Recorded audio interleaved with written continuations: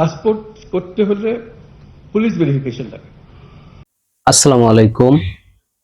Verification verification verification, হ্যাঁ, এখন থেকে পোহাতে হবে না আর পুলিশ ভেরিফিকেশনের যন্ত্রণা। আপনি পাসপোর্ট করতে গেলে যে একটা যন্ত্রণা হয়তো পুলিশ ভেরিফিকেশনের, সেই যন্ত্রণা পোহাতে হবে না, এই ধরনের একটা নিউজ দিয়েছেন আমাদের প্রধান উপদেষ্টা ডক্টর মোহাম্মদ ইউনূস সাহেব। তো চলুন বিস্তারিত আমরা ভিডিওর মাধ্যমে শুনি এবং দেখি। আর আজকের ভিডিওটা বেশি বেশি করে শেয়ার করবেন যাতে সবাই বিষয়টা বুঝতে পারে। আর লাইক কমেন্ট শেয়ার করে সবাইকে দেখার সুযোগ করে দিবেন। ভবিষ্যতে এরকম পুলিশ ভেরিফিকেশন নামক যন্ত্রণা থেকে যাতে সবাই মুক্তি পেতে পারে, তাই সবার মতামত আশা করছি। ভিডিওটি সবাই লাইক কমেন্ট শেয়ার করে সবাইকে দেখার সুযোগ করে দিবেন যাতে বেশি বেশি মানুষ দেখতে পারে, বুঝতে পারে। তো বিষয় হচ্ছে, আমাদের পাসপোর্ট করতে গেলে যে পাসপোর্টের পুলিশ ভেরিফিকেশনের যে যন্ত্রণাটা, সেটা থেকে আমরা সবাই মুক্তি চাই। এখন কথা হচ্ছে, আমাদের পাসপোর্ট করতে গেলে আমাদের এনআইডি কার্ড লাগে অথবা জন্ম নিবন্ধন লাগে। এখন সেই জন্ম নিবন্ধন করতে আমাদের পুলিশ ভেরিফিকেশন লাগে নাই, এনআইডি কার্ড করতে গেলে পুলিশ ভেরিফিকেশন লাগে নাই, পাসপোর্ট করতে গেলে কেন পুলিশ ভেরিফিকেশন লাগবে? তো যাই হোক, অনেক জল্পনা কল্পনার পরে এখন পাসপোর্টের যে পুলিশ ভেরিফিকেশন সিস্টেমটা আমাদের প্রধান উপদেষ্টা 16ই ফেব্রুয়ারি 2025 থেকে এটা বাতিল ঘোষণা করেছে। চলুন আমরা তার কাছ থেকে শুনে আসি, তারপরে বিস্তারিত আমরা আবার আলোচনা করব। পাসপোর্ট করতে হলে পুলিশ ভেরিফিকেশন লাগে। আমি জিজ্ঞেস করতে আরম্ভ করলাম, অনেকেও হয়তো আগেও করেছে, কারণটা কি? পাসপোর্ট তো আমার নাগরিক অধিকারের একটা অধিকার। আমি চোর না ডাকাত না কি, সেটা ভিন্নভাবে পুলিশ আমার বিচার করবে। কিন্তু আমাকে যে জন্ম সনদ দিয়েছেন, সেটাও কোনো পুলিশ ভেরিফিকেশন দিয়ে করেননি।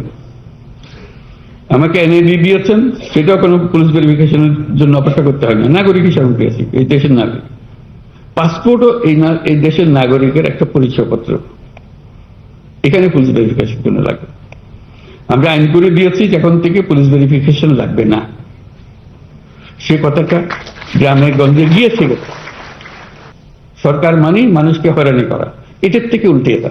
সরকার ভিন্ন জিনিস, আপনার অধিকারগুলো আপনার দরজায় পৌঁছিয়ে দেওয়া আমাদের কাজ। এটাই জন্য আমরা স্মরণ রাখি।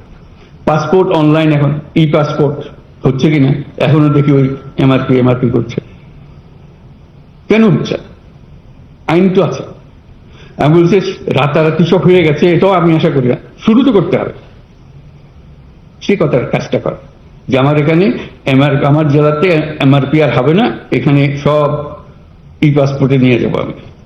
যেহেতু আমাদের এই টিমের কাজ, যে টিম এখানে আমরা বসে আছি, এখানে আইন বানানো হয়, এটা আইন খাটানো হয়, নিয়ম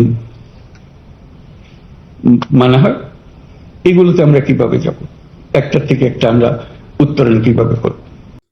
তো প্রধান উপদেষ্টার কথার সাথে আমি একমত পোষণ করছি। আপনারা যদি একমত পোষণ করেন তাহলে সবাই কমেন্টে বলে যাবেন যে আমাদের প্রধান উপদেষ্টা যে পদক্ষেপটা নিয়েছে, এই পদক্ষেপটা সঠিক না ভুল।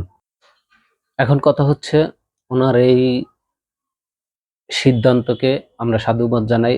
আপনাদের কি মতামত সবাই ভিডিওতে জানাবেন কমেন্ট করে।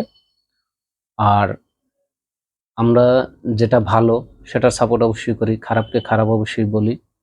তো সবাই কমেন্ট করে জানিয়ে দিবেন যে আসলেও আমাদের প্রধান উপদেষ্টার সিদ্ধান্তটা বা আমাদের উনি যে ডিসিশনটা নিয়েছেন পুলিশ ভেরিফিকেশনটা বন্ধ করার জন্য, এটা সঠিক হয়েছে কিনা সবাই মতামত দিবেন। তো সবাই ভালো থাকবেন, সুস্থ থাকবেন। কথা হবে পরবর্তী কোনো ভিডিওতে। তো সেই পর্যন্ত সবাইকে আল্লাহ হাফেজ।